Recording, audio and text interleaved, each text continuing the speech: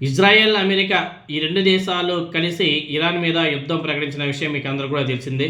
దానిలో భాగంగా విపరీతంగా ఈ పక్క నుంచి ఆ పక్కే, ఆ పక్క నుంచి ఈ పక్కే బాంబుల వర్షం అసలు మామూలుగా లేదు, బీభత్సం సృష్టిస్తుంది. ఆ ఇరాన్ వాళ్ళు వేసే బాంబులు వెళ్ళి దుబాయ్లో కూడా పడుతున్నాయి. ఆ దుబాయ్ ఎయిర్పోర్ట్లో కూడా పడ్డాయి. దుబాయ్ ఎయిర్పోర్ట్ కూడా కొంత భాగం డ్యామేజ్ అయిందంట. అంటే మిడిల్ ఈస్ట్లో ఉన్నటువంటి కంట్రీస్ చాలా ఇబ్బందులకు కూడా గురవుతున్నారు. మిడిల్ ఈస్ట్ అంటే ఫస్ట్ గుర్తొచ్చేది మన ఇండియన్స్ చాలా ఎక్కువ మంది అక్కడ ఉద్యోగరీత్యా ఉన్నారు. అక్కడ వాళ్ళందరూ కూడా ఆందోళన చెందుతున్నారు. అదేవిధంగా నిన్న మంచు విష్ణు అనుకుంటా, ఆయన కూడా దుబాయ్లో ఉన్నాడంట. ఆయన కూడా ఒక సెల్ఫీ వీడియో రిలీజ్ చేశారు. ఆయన నిలబడుకున్న చోట పైన పస అని చెప్పేసి వెళ్తున్నాయి. మామూలు కూడా కాదు, భయపడిపోయారు. అక్కడ నుంచి తప్పించుకోవాలని చెప్పేసి ప్రయత్నాలు చేస్తున్నారంట. చాలామంది ఉన్నారు. ఇంకా పివి సింధు కూడా అక్కడే ఉందని చెప్పేసి టాక్. యుద్ధ వాతావరణం బీభత్సం నడుస్తుంది. ఈ దాడుల్లో అమెరికా, ఇజ్రాయెల్ కలిసి చేస్తున్నటువంటి దాడుల్లో ఇరాన్ సుప్రీం ఖమేనీ చనిపోయాడంట, మృతి చెందాడంట. ఆయన ఒక్కడే కాదు, ఆయనతో పాటు ఆయన కుమార్తె, అల్లుడు, మనవడు, మొత్తం ఎంటైర్ ఫ్యామిలీ మొత్తాన్ని లేపేశారు. అధికారికంగా ఇరాన్ ప్రభుత్వం ప్రకటించింది. అదేవిధంగా ట్రంప్ కూడా ట్వీట్ చేశాడు, ఖమేనీ ఖతం అనేసి. 40 రోజుల సంతాప దినాలుగా ఇరాన్ కూడా ప్రకటించేసింది. ఇక్కడ ఇజ్రాయెల్, అమెరికా లాంటి పెద్ద దేశాలు టార్గెట్ చేస్తే సిచ్యువేషన్ ఎలా ఉంటుందో అందరికీ తెలిసిందే. నెలల పాటు ప్లాన్ చేసినటువంటి అమెరికా, ఇజ్రాయెల్ శాటిలైట్ ద్వారా ఖమేనీ లొకేషన్ని గుర్తించి ఆయన ఎక్కడో ట్రెహాన్లోనే తన ఆఫీస్లోనే ఖమేనీ ఉన్నట్లు నిర్ధారణ అయిన తర్వాత నిన్న శనివారం ఫిబ్రవరి 28 ఉదయం 1:15 ఇరాన్ మీద మిసైల్ దాడులు ప్రారంభించాయి ఈ 2 దేశాలు కలిసి. ఖమేనీ కార్యాలయం, సముదాయాల మీద ప్రెసిషన్ గైడెడ్ మిసైళ్లను ఇజ్రాయెల్ ప్రయోగిస్తే టొమహాక్ మిసైళ్లతో అమెరికా అటాక్ చేసిందంట. లొకేషన్ని గుర్తించిన 15 నిమిషాల్లో అటాక్ ప్రారంభించేసాయి ఈ 2 దేశాలు కలిసి అటాక్ ప్రారంభించాయి. ట్రెహాన్లోని ఖమేనీ కార్యాలయం మీద ఏకకాలంలో దాడులు కూడా చేపట్టింది ఈ 2 దేశాలు.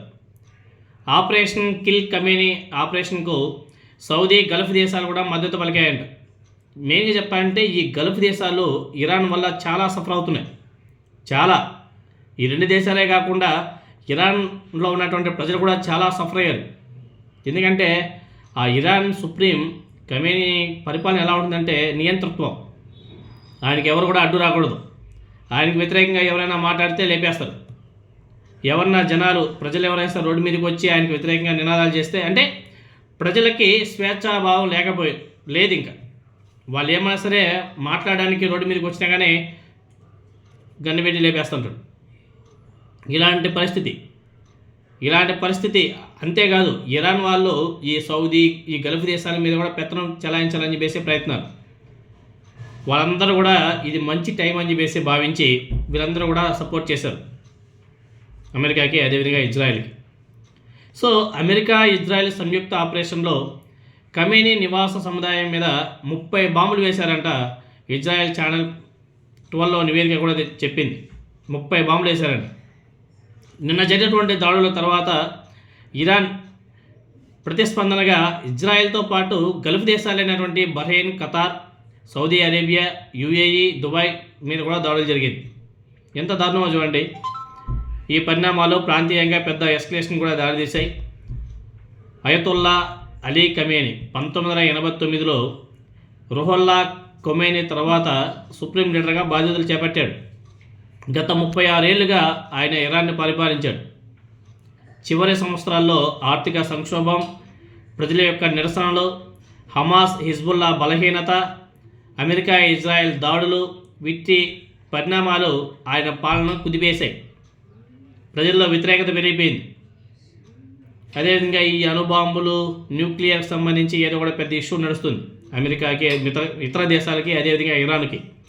వీటన్నిటిని పరిశీలన చేసినటువంటి ఇజ్రాయెల్, అదేవిధంగా అమెరికా కలిసి పక్కా ప్లాన్తోనే ఖమేనీని లేపేస్తారు ఈ రెండు దేశాలు కలిసి.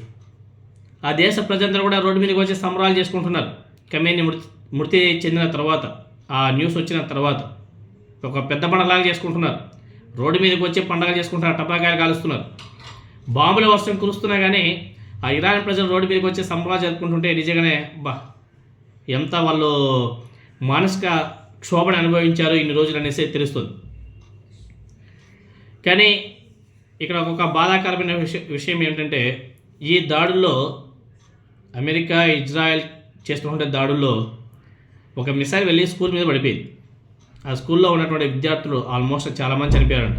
ఆ ఒక్కటి మాత్రం బాధాకరమైన విషయం, కానీ మిగతా అన్నీ కూడా సఫిషియెంట్గా హ్యాపీగా సాఫీగా నడిచిపోతుంది. మరి ముందు ముందు ఇంకా చాలా సీరియస్గా ఉండే అవకాశాలు కూడా కనిపిస్తున్నాయి. ఎందుకంటే ఆల్రెడీ ట్రంప్ ప్రకటించాడు, ఇది ఇంతటితో ఆగదు, ఇంకా వారం రోజుల పాటు కొనసాగుతుంది. ఆ చుట్టుపక్కల దేశాలందరూ కూడా జాగ్రత్తగా ఉండండి.